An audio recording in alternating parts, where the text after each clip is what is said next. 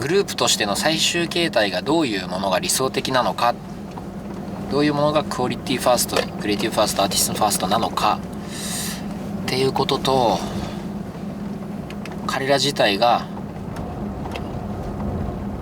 どういう人生を送ることが一番幸せなのかをやっぱり同軸で同じタイミングで考えなきゃいけないのが一番強いですよね。順位だけでつけるんなら絶対下の方にならないでしょうっていう人間をなんかここで脱落させなくてはいけない、分かってはいるけど決断ができないっていう状態が今日パフォーマンス見たとずっと続いてますね。生まれてくる最初のグループのことを考えても、彼自身の人生を考えても絶対それ以外ないんですよ。ここで脱落させることしか正解はもうないんですけど、好きすぎて決断ができない。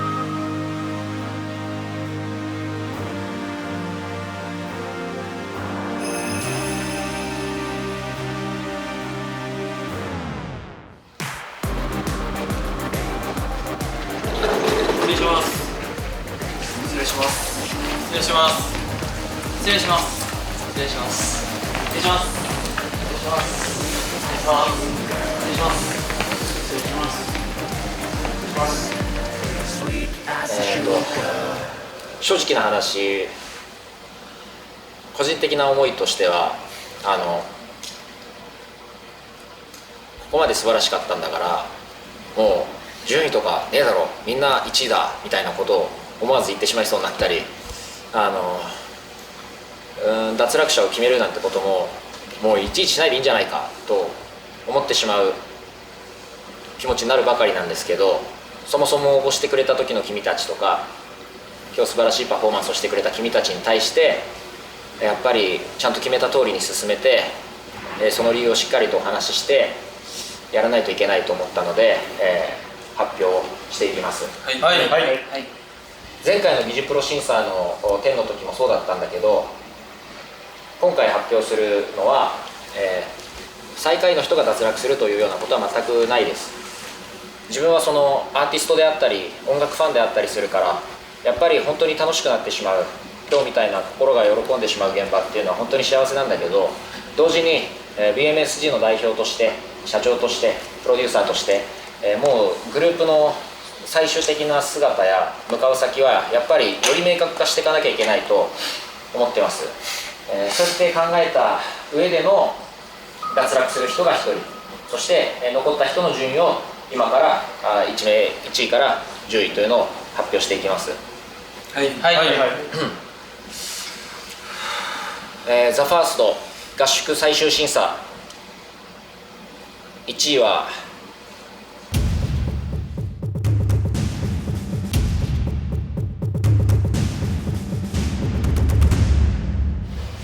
竜兵。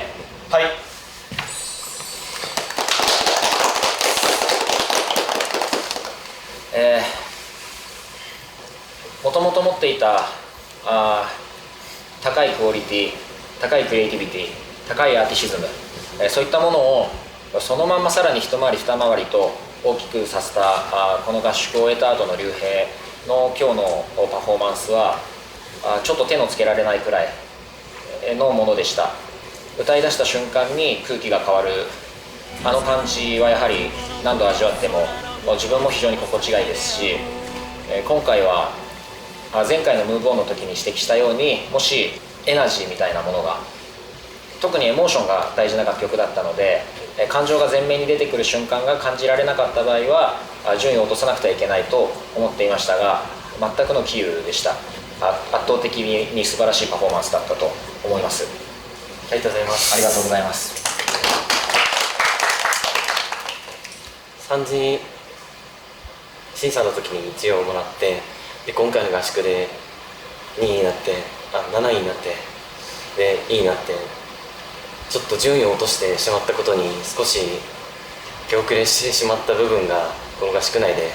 あったんですけど、落ちたからこそ自分の中で成長できる機会がちゃんと見つけられて、自立することももちろん大事だなって今まで思ってたんですけど、やっぱ周りのメンバーに甘えて自分を磨くこともすごく今回の合宿で身につけることができて、メンバーのみんなが僕が甘えてきたのに対してきちんと尊重して受け止めてくれたことに本当に感謝しかないです。ありがとうございました。最終審査よろしくお願いします。お願いします。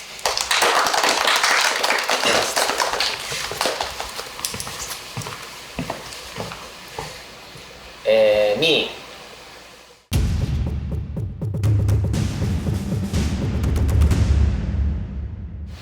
シュント。はい。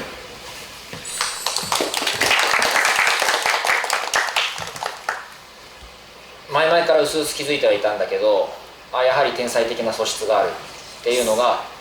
爆発したのが今回の曲だったと思います。楽曲によって評価にばらつきが出るタイプの才能の持ち主かもしれないですが、前回のムーブオンで片鱗を見せていたそれこそアーティシズムとしか言いようがないんだけど、シュントでしかないパフォーマンス、シュントでしかない歌声で、リズムやフローやメロをちょっと崩した感じとかも意識的か無意識かわからないですけど、なんでこの発想になるんだろうなっていうような聞き飽きたよだったり、色の見えない言葉聞き飽きた居場所がない、自分が作ったものをメロやリズムを崩すんだけど、それが聞いたことない崩し方で、あなたの声質と絶妙に合っていて、何を歌わせてもあなたになってしまうっていうのはアーティストとしてものすごく強い才能だと思いますし、その才能っていうのは一生消せされないものなので、今回の立ち振る舞い含めて自信満々にステージに立った時のあなたのパフォーマンスは衝撃的でした。そして、忘れちゃいけないのは、そもそもダンスだったりパフォーマンスだったりの底力があるから才能が開花していることなので、そういった努力、多分ダンスとはずっとやられてきたんだろうなっていう、基礎練に費やしてきたんだろうなっていう時間の重さがものすごく強くのしかかりました。それはすごく素敵なことなので、誇った上で、自在に今のまま音楽を楽しんで才能をもっともっと大きく開かせてくれればなと思ってます。素晴らしいパフォーマンスありがとうございました。ありがとうございました。正直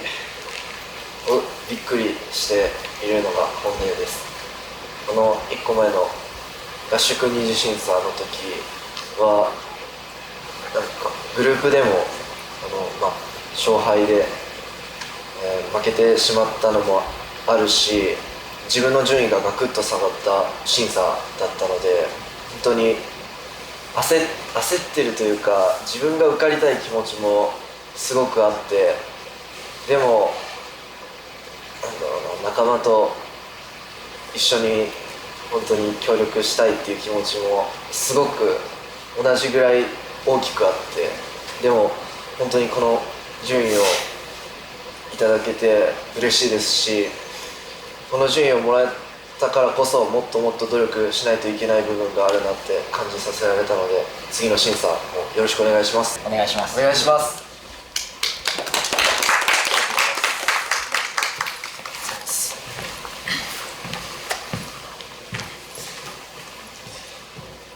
第3位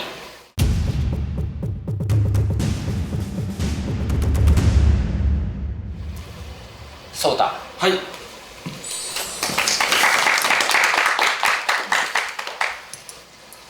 ソータが3位というのを喜ぶべきなのかそうでないのか、すごく難しい3位だと思います。というのもあれだけ素晴らしいコレオグラフを中心に作って、しかも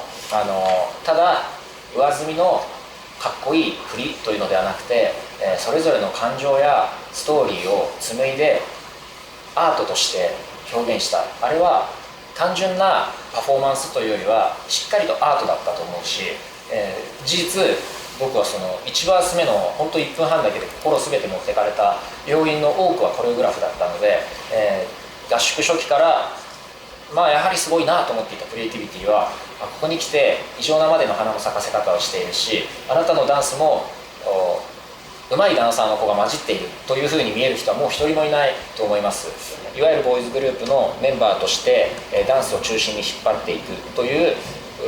メンバーに強く見えます。同時にそこまでのクリエイティビティやクオリティを、ダンスのクオリティを発揮して、あなたがどういうアーティストかっていうアーティシズムも感じさせてくれる状態だけど、3位っていうのはやはり、まだ歌唱というかラップにまだ圧倒的な信頼感を受けるレベルまで達せていないっていうのは絶対に克服してほしいし、僕も克服したい課題、です。あなたはその自分の声をまだ見つけていない段階なので、そこは他のメンバーと本当に大きく違うところかなと思います。はい、自分がどういう声でどのくらい声を張ってどのくらい力が抜けるのか、どういうラップができるのかっていうのを見つけましょう。ありがとうございます。これは見つかります。はい、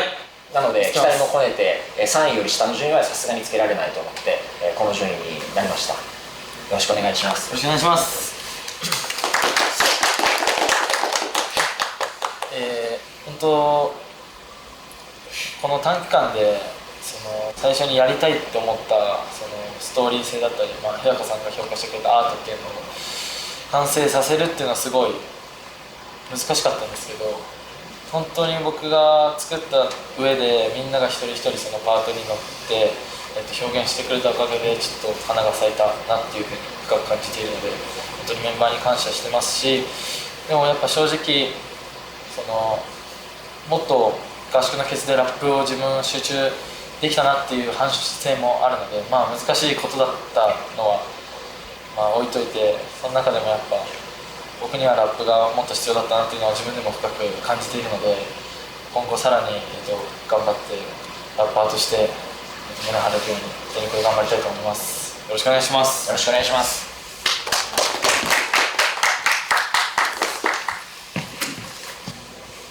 4位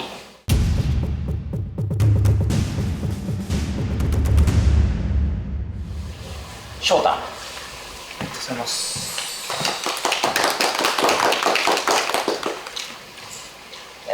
正直クリエイティブ審査の前の段階からあなたのクオリティの高さとか、オールラウンダー性、ダンスにおいても歌唱においてもクリエイティビティにおいても、そしてステージ上で自分が何者かを表明するアーティシズムにしても全てを兼ね備えている分、合宿での伸び方が未知数であったメンバーでもあったと思いますが、最後の1週間での伸び方はちょっとまた想像を超えるものでした。ムーブオンの時と今回の時でなぜ今回があんなにやりやすそうだったのかは自分も言語化して伝えられないくらい、ただ明らかでそして圧倒的に違いました。音楽を楽しんでいるという感じがエモーショナルな楽曲なのにものすごく効果的に出ていたし、音楽とあなたの距離感が近くなった時、やはりパフォーマンスの強度がここまで上がるんだなっていうのを改めて痛感した一日でした。素晴らしいパフォーマンスありがとうございます。ありがとうございます。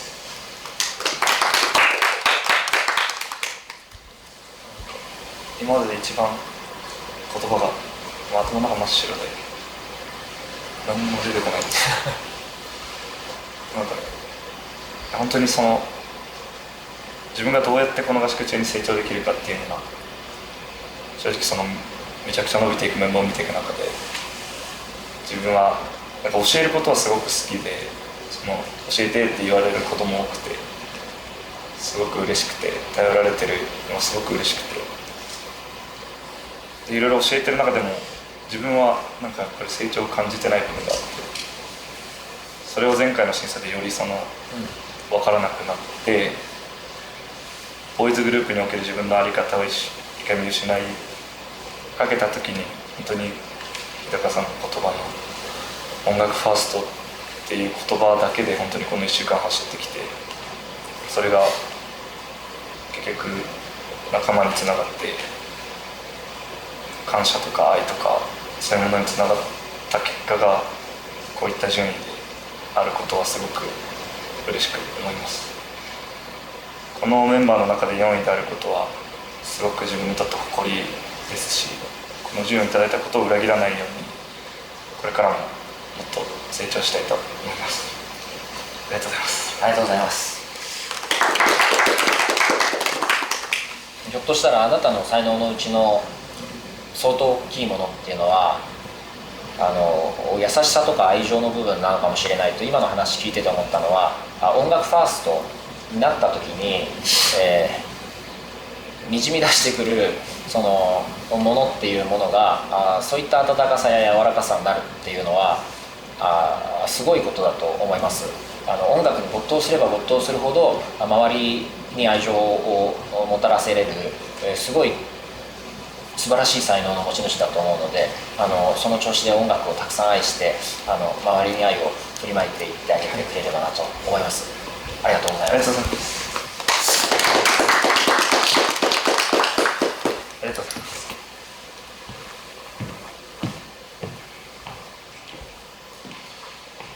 5位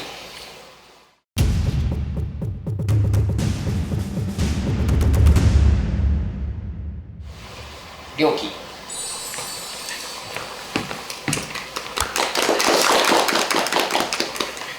ムーブオンの時もそうだったんですけど、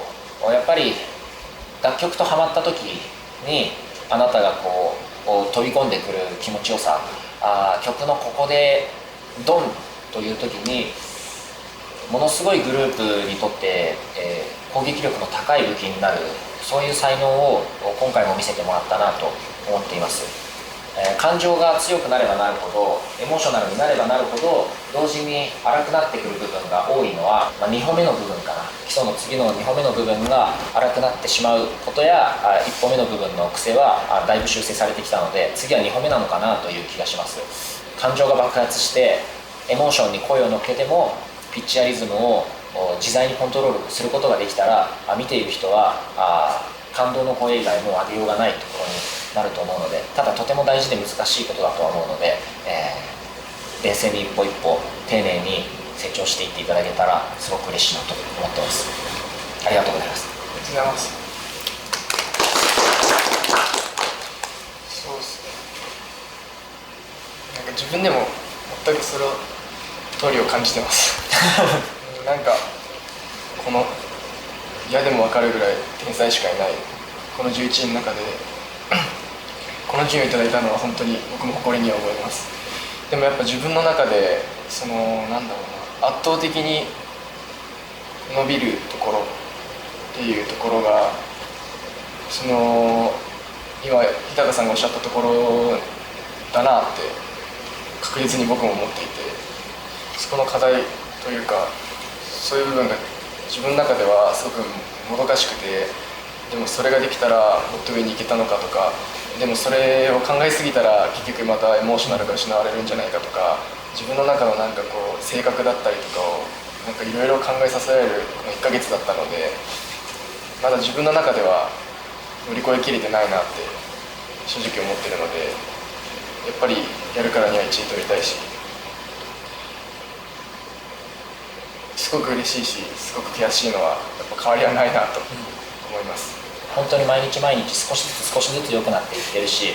パフォーマンスした後に自分が言ったようなことを合宿前の良樹だったら感じてくれていたかどうかっていうのは僕もあまり自信がないです。そのくらい本当に大きくなられたと思ってます。感動してます。ありがとうございました。ありがとうございました。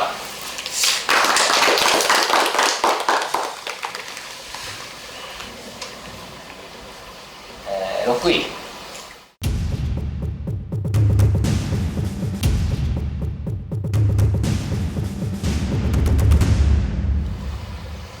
ラン。はい。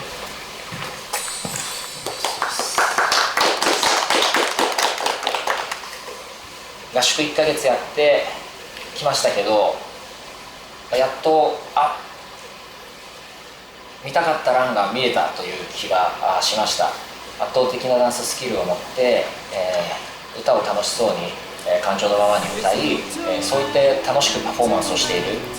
音楽に愛情を注いでいるから音楽に愛されたあなたが誕生するっていう本当にこんなランを見たかったなというものを体現してくれたのが今日の素晴らしさでした。根本的な基礎的なその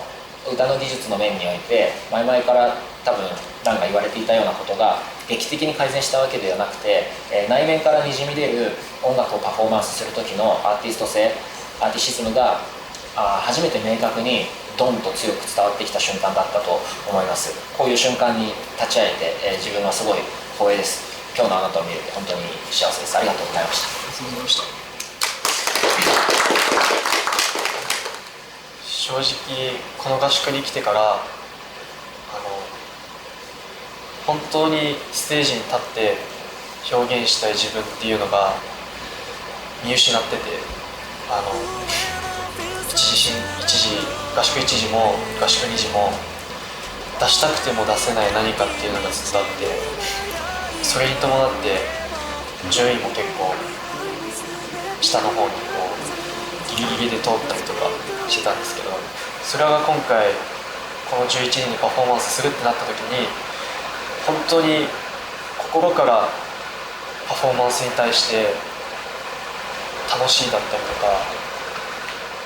今までの思いだったりとかっていうのを乗せて表現することができて、本当に僕自身もこの合宿の中では一番楽しいステージにできたと思ってます。歌だったりとか初心者だからってずっと思ってたんですけど、もう今になってはしっかり自分も歌って踊れるアーティストだっていう心を持てる精神を築き上げれたので、ここからは本当にデビューに向けてしっかりといろんな面で成長させて頑張りたいと思います。ありがとうございました。ありがとうございます。まだまだ人生長いと思いますので、どんどんと音楽好きになって音楽をパフォーマンスする自分を愛して、伸びていっていただけたらなと思っています。ありがとうございます。ありがとうございました。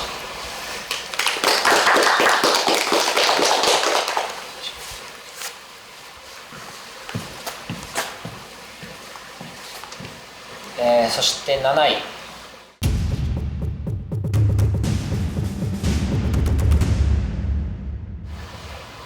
レオ、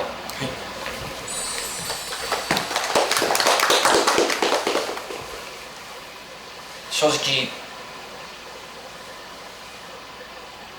このまま歌やダンスが変わらなかったらどうしようかと一番思っていた時期も決して短くなかったです。本当に徐々にだけど明らかに自分で変えようとトライし続けて本当に変わったっていう瞬間を、前回の B フリーでその片鱗があったものをさらに今回強烈に見せつけてくれたと思います。そうなってくるともともとの体がでかいことやもともとの柔らかい雰囲気とかがものすごくパフォーマンスにエッセンスとして効果的に響いてきたのはあなたの人柄のなせる技だと思います。歌が劇的にもう引き出しが十分かっていうときっとそんなことはないと思うし、他にもいろんな発声があることやいろんな響かせる場所があることはもう1ヶ月たくさん学んだと思うし、ダンスもやはりできたらもっと16をずっと刻んでいる、グループをずっと途絶えさせずにいる、これって身長が大きいと大変だっていうのを僕は知識としては知ってるので、本当にさらにハードルを与えてしまって申し訳ないんだけれど、いっぱい超えてほしい課題もあるけど1ヶ月で爆発的に成長していることも確かなので、まずは本当に成長しておめでとうとありがとうと両方伝えたいです。お疲れ様です。ありがとうございました。ありがとうございます。今待ってる時に正直呼ばれなかったらどうしようっていう気持ちの方が強くて、ちょっとほっとしてるのと同時に、ちょっと悔しさも、あまり順位を気にしたことがなかったんですけど、やっぱり集大成としていいパフォーマンスをしたいっていうのがあったので、少し悔しさもあるような、あとは自分でもうちょっとできたかなとか、もうちょっと努力できたかなっていうのは正直感じてたので、正直この順位は、そうだよなっていう、そういうのを受け止めるあれでもあり、課題があるっていうことはまだ自分はもっと成長できるし伸びしろがあるっていうことなので、自分の甘いところとかも自分を見つめ直して、もっともっと成長します。はい、頑張りましょう。はい、ありがとうございます。ありがとうございます。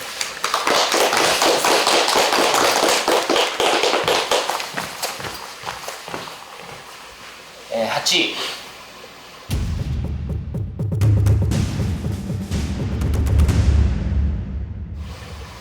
マナト。はい、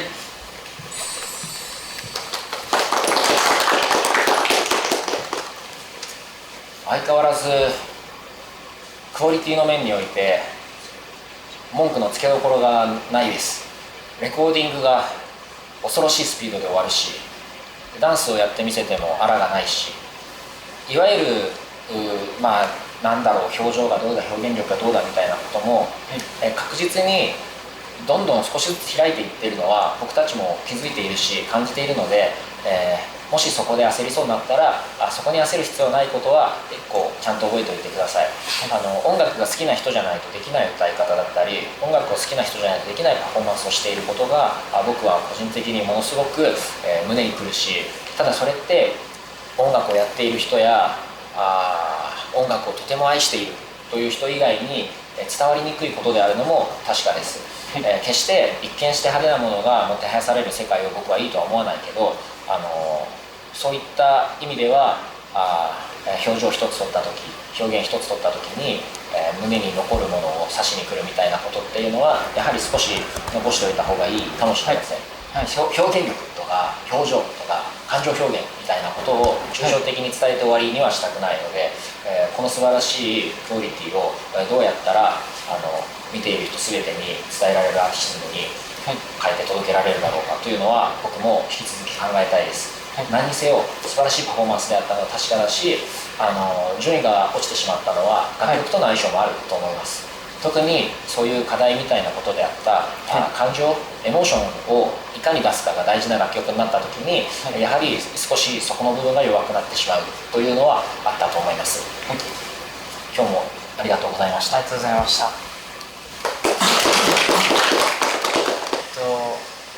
ちょっと悔しいって以外出てこないですけど、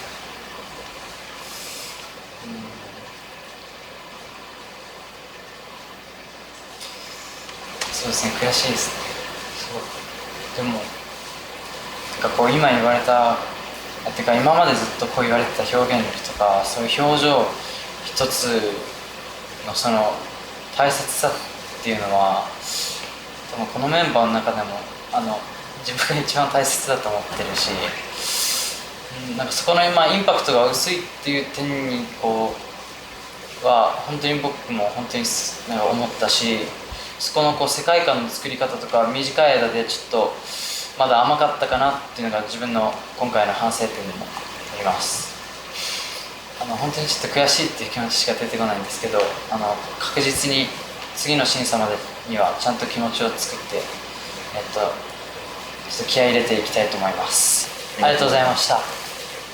りがとうございます。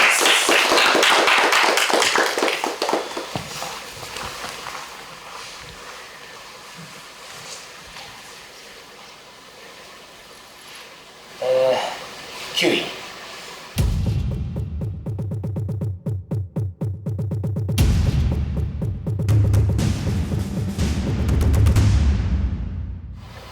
門沢玲子。はい。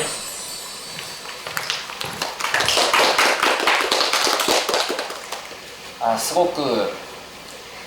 悩みました。というのもあなたの持っていたマイキングだったり、細かいことをどんどんと直っていってます。その分、お気に入ってしまう瞬間も少し増えてしまったと思います。多分猟奇の時に話していたこととちょうど同じで真逆のことのように思います。やっと小さい技術を改善する心の余裕が出てきて、あなたのクオリティはそれで劇的に上がっているんだけれど、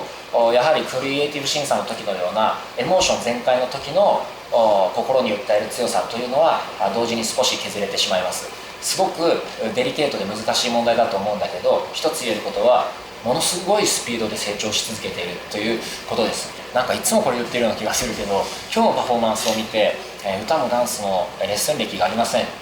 この1ヶ月の合宿のみですなんて誰も信じないと思います。完全にアーティストでした。素晴らしかったです。ありがとうございます。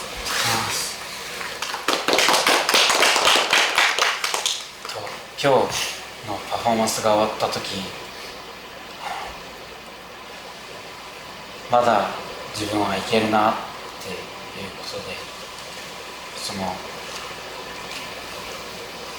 1ヶ月間本当に頑張ったんですけど、正直自分の成長って客観視しないとわからないことだから、この合宿の二次審査の時の自分のパフォーマンスと合宿最後さっきのパフォーマンスで自分どれだけ成長してどれだけ良くなったんだろうとか本当に分からなかったので、すごい不安だったんですけど、エモーショナルと繊細さのバランスって本当に難しいことだから、次の審査ではもっといいパフォーマンスができたらなと思ってます。合宿は終わっちゃうけど、来週とか来月とかそうやって見れるのを今から楽しみです。はい、ありがとうございます。ありがとうございます。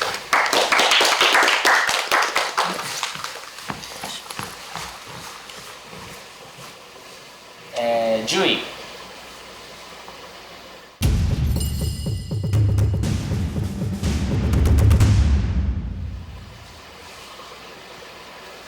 ジュノン。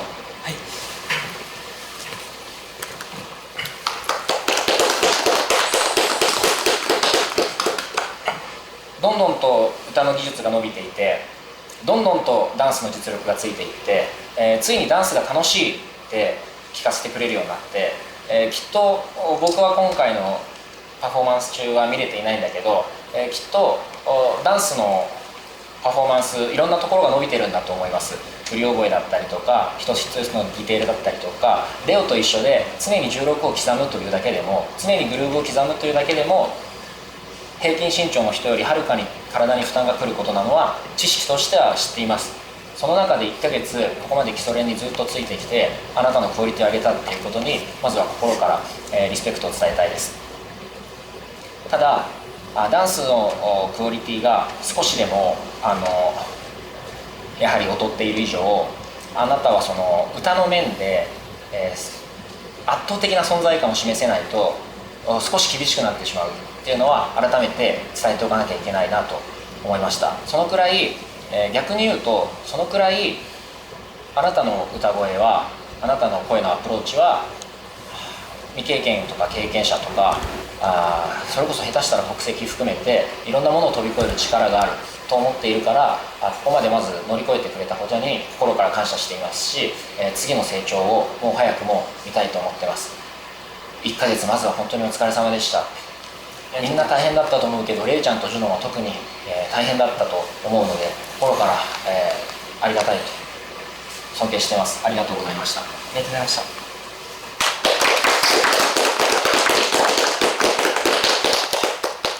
そうですね、正直前回7位だったっていうのはあるんですけど、それはチームの勝利があっての7位だって、本当に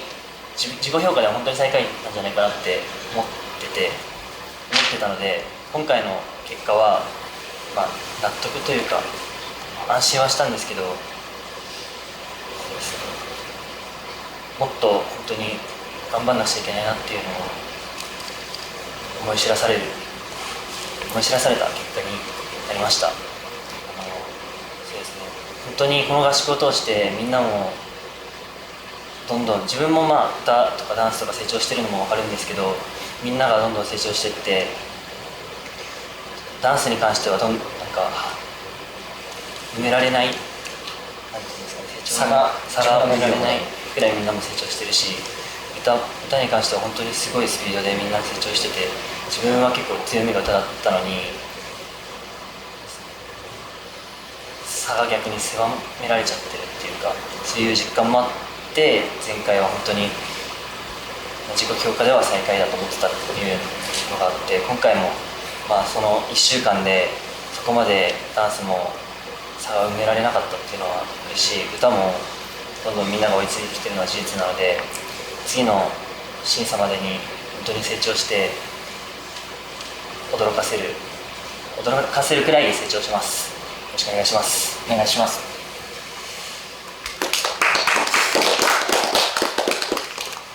でもそれで言うと確かに、気持ちは分かるんだけれど、決して焦りを感じる必要がないくらい爆発的なスピードで歌も伸びています。合宿が始まった頃の歌が上手い人っていうのは多分、人類の中で歌が上手い人っていう感じだったと思うんですけど、最近のジュノンの歌は歌手の中でも特に歌が上手い人っていう領域にデビュー前なのにもう踏み込もうとしている。これはもうとんでもないことだと思います。なので、とても自信を強く持ってほしいです。はい、よろしくお願いします。ありがとうございます。よろしくお願いします。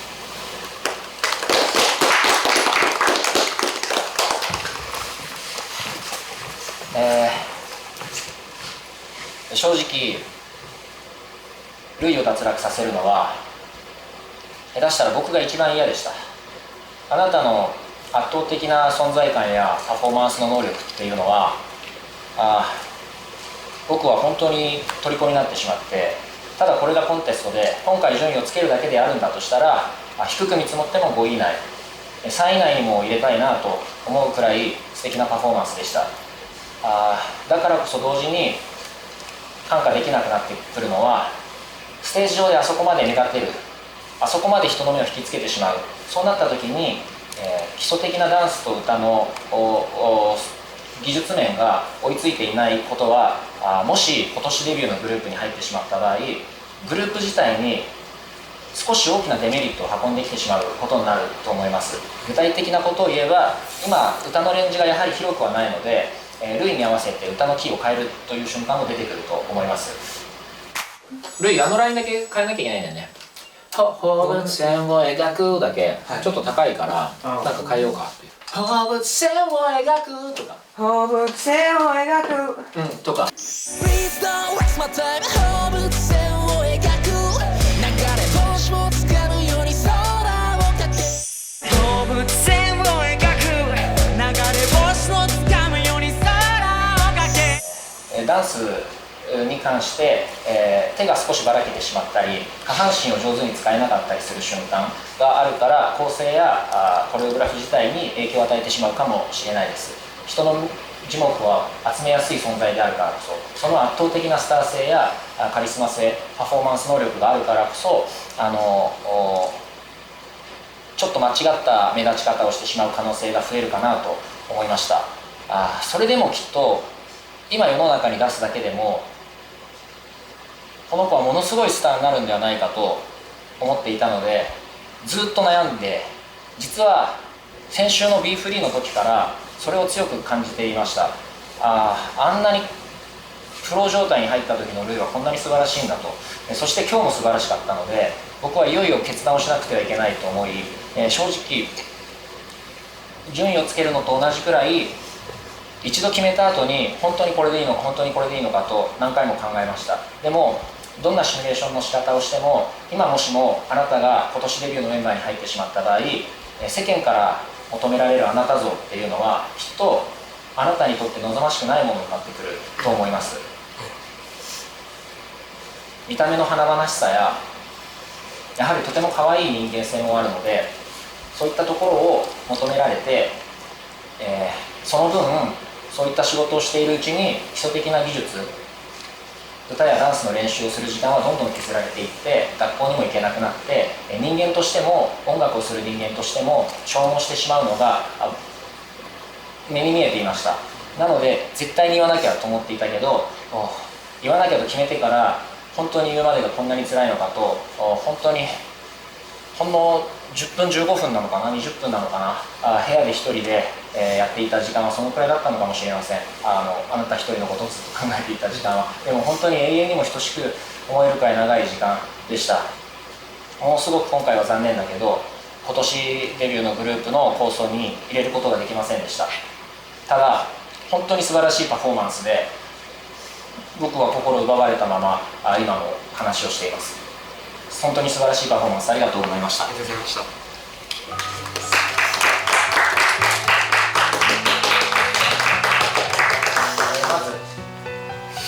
自分は結構音楽を一番楽しめてたってその時は思ったんですけど、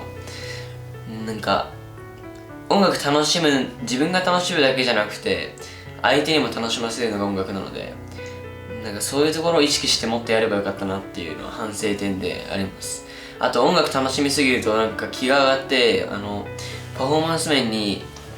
支障が出るというか、歌が走っちゃったりダンスなんか適当になっちゃったりっていうのがあったので、そこもまたちょっと課題として頑張っていきたいと思います。合宿は終わったけれど、ここからやっと次は本当に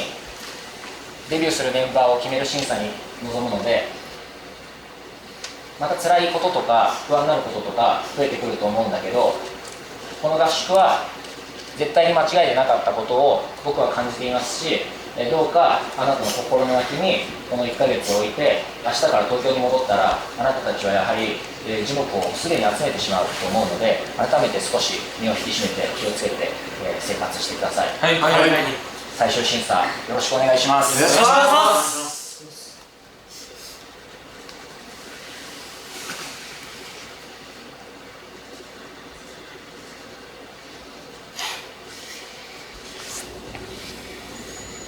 あとごめんなさい、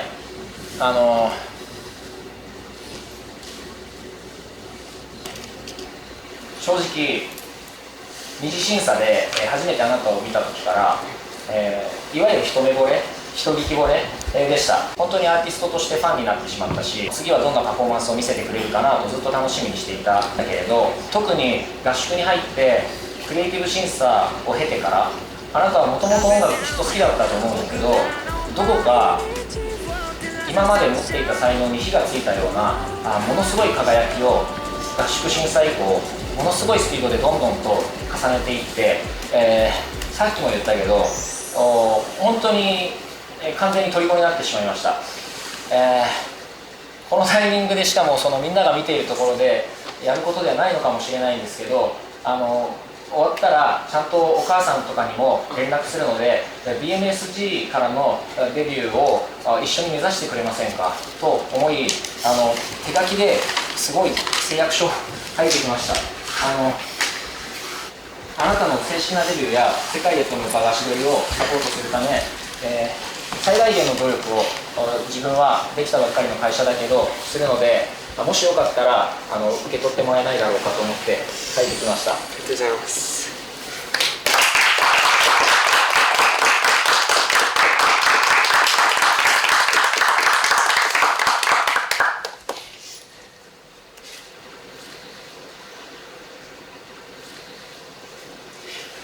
こういうのって返事はすぐもらうものじゃないよね。まずお母さんとかにももしよかったら電話するので、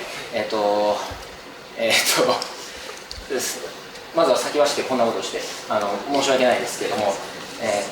もしよかったら何卒よろしくお願いします。お願いします。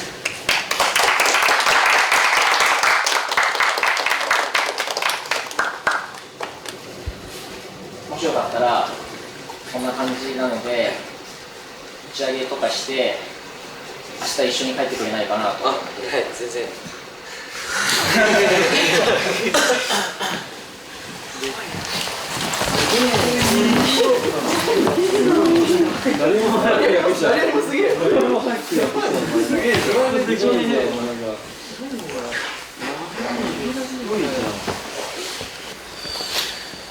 やばいな、かっけえな。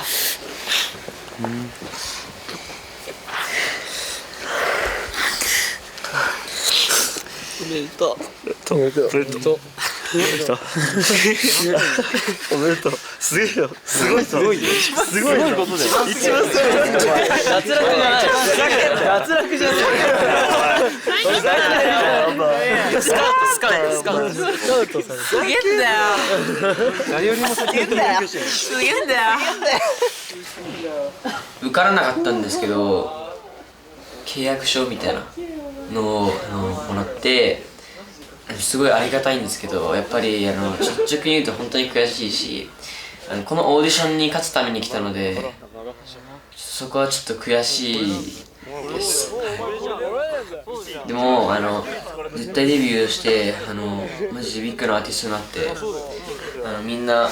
驚かせたいので、そこはマジで現実にさせたいです。はい。一番怖えよお前が。すげえよお前。もし一緒にやってくれるなら、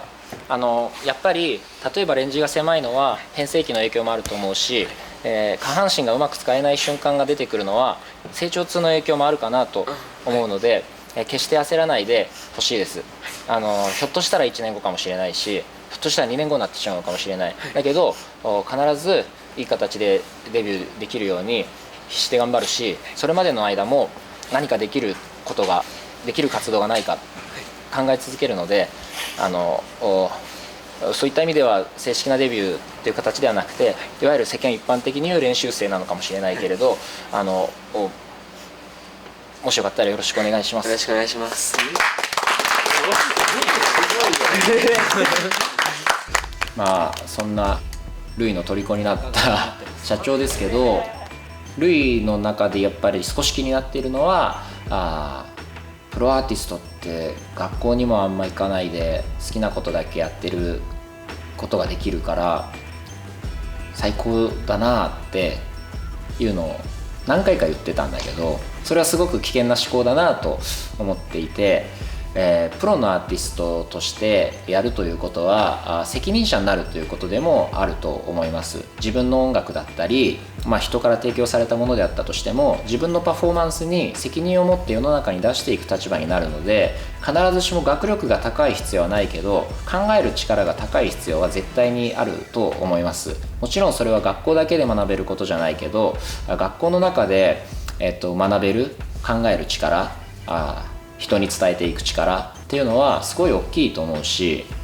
教科書もバカにならないって本気で思ってるので、ルイは嫌なことから逃げるように音楽に行くのではなくて、嫌なことからもちゃんと学べる人間になってアーティストとして羽ばたいてほしいなと思うので、BMSG は彼に最高のトレーナー、最高のトレーニング環境、最高のカリキュラム、それから最高のチャンス、そういったものを与えれる限り与えていき、同時にお母さんと話しながら学力の向上に関してもちゃんと面倒を見ていくという姿勢で彼と一緒に歩いていきたいなと思っています。いや、これがいわゆる複雑な気持ちですね。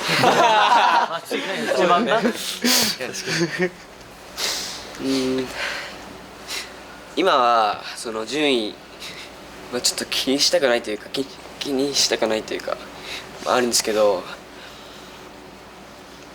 ラストちょっと11人でいい夜を過ごせたらと思います。パーティー中学生にいい夜なんて言われちゃう。負けてらんない。102号室ぶっ壊すか。でも本当にいい経験になったので、これを生かしてちょっと頑張っていきたいと思います。頑張ろう。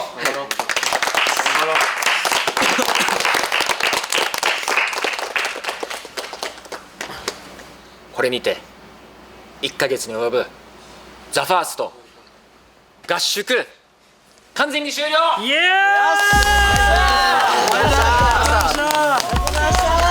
膝痛えよ。膝痛えよ。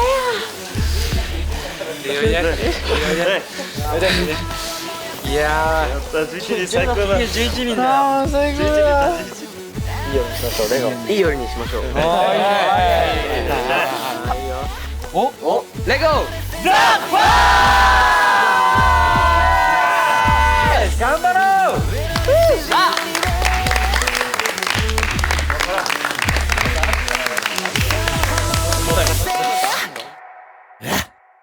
宿最後のご飯食堂じゃないんです。いい？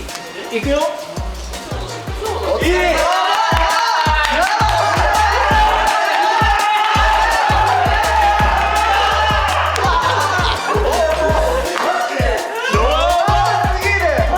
日のご飯はスペシャルで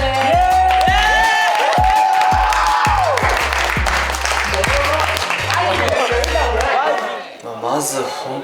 当になんか終わったんだっていう達成感と、もう終わっちゃうのかっていう寂しさと、形を変えればいろんな感情が出てくるんですけど、この合宿通して本当に今まで体験しなかったようなことが平気で起こるし、本当に自分自身めちゃくちゃ変わることができたなって思うし、アーティストとしても本当にこの1ヶ月間こんなに朝から夜まで音楽と触れ合って踊って歌ってっていう生活は多分今後ないんじゃないかなって思って、すごいいい体験ができたなっていうのもあるし、ご飯食べるときは水か本当に心も体も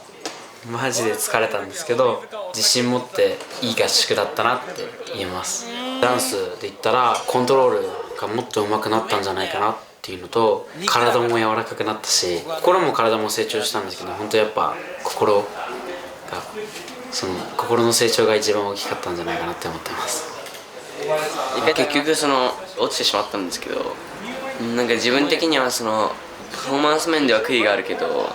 音楽は一番楽しめたと思うので、やっぱりそこは悔いはないです。そして音楽を相手に伝えれたと思うので、そこも悔いは全然ないので。嬉しいことか楽しいことあった反面、悔しいこととか辛いことももちろんありましたし、でもそれがなんかすごく自分を成長させてくれたりとか、ちゃんと壁にぶつかれましたし、自分はこういう風にやっていけば成長できるんじゃないかなっていうたくさんヒントを得ましたし、すごく最高の1ヶ月間でしたし、約1ヶ月間がなんか今までの努力1年分ぐらいの成果が出てるんじゃないかって思うぐらい本当に濃いレッスンでしたし、この合宿来て、みんなと出会ったっていうのもそうなんですけど、音楽がすごい好きになった1ヶ月だなって思いました。ご飯って世界を救いますね。これが彩りを意識した大人の部分です。音楽が日常の生活をさせていただいて、マジで音楽のことしか考えてない1ヶ月だったので、幸せな時間をあんなに音楽が大好きな仲間と過ごせたことが幸せだなっていうふうに思います。理想の5人グループ組んでみましょう。まず1にバミリ1に唐揚げで、シンメに確認で、やっぱドセンターこいつっしょで2にサーモンとイカで魔法陣完成です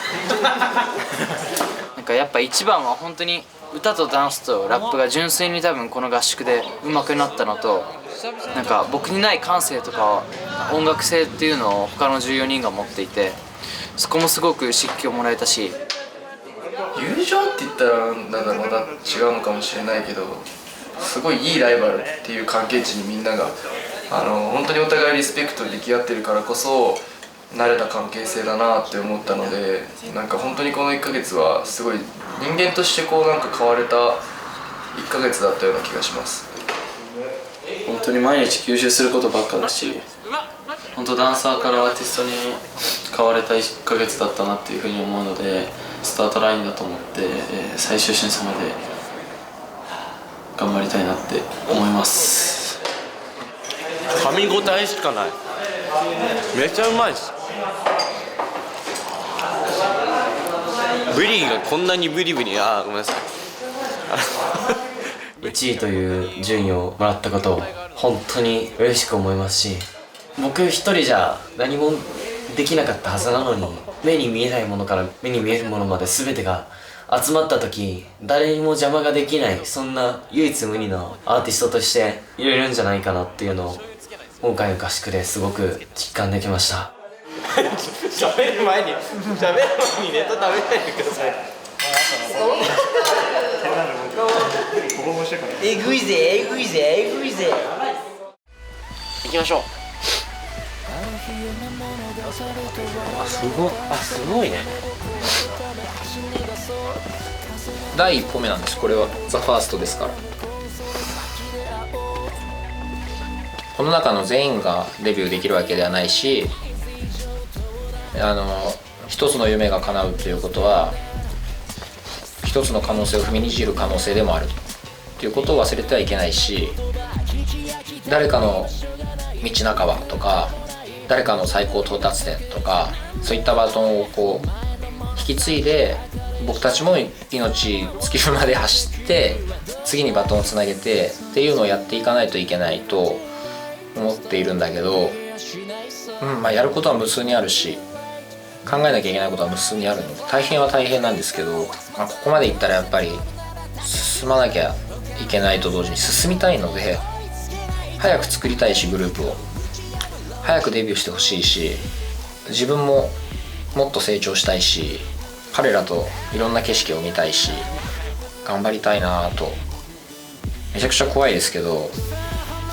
足を止める理由にはなんないので、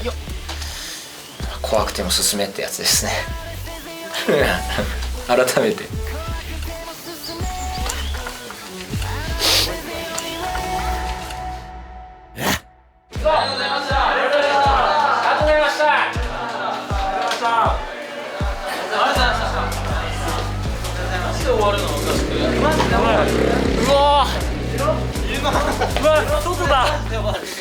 外だはおかしいだろここまでは出てたのまたおせ富士、またな富士。じゃあマウント富士ありがとう。ついに東京に行きます。お疲れ様です。東京だありがとうございました。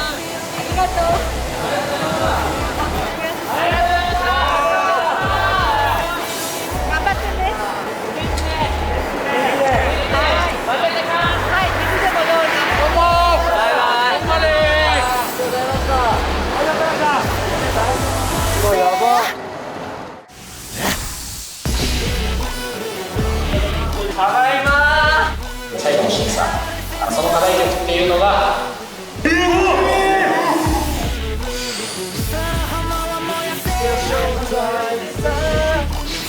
誰と組んでもいいですし、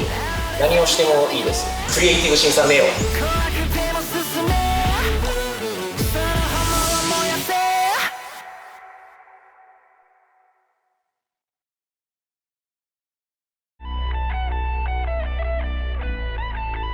さら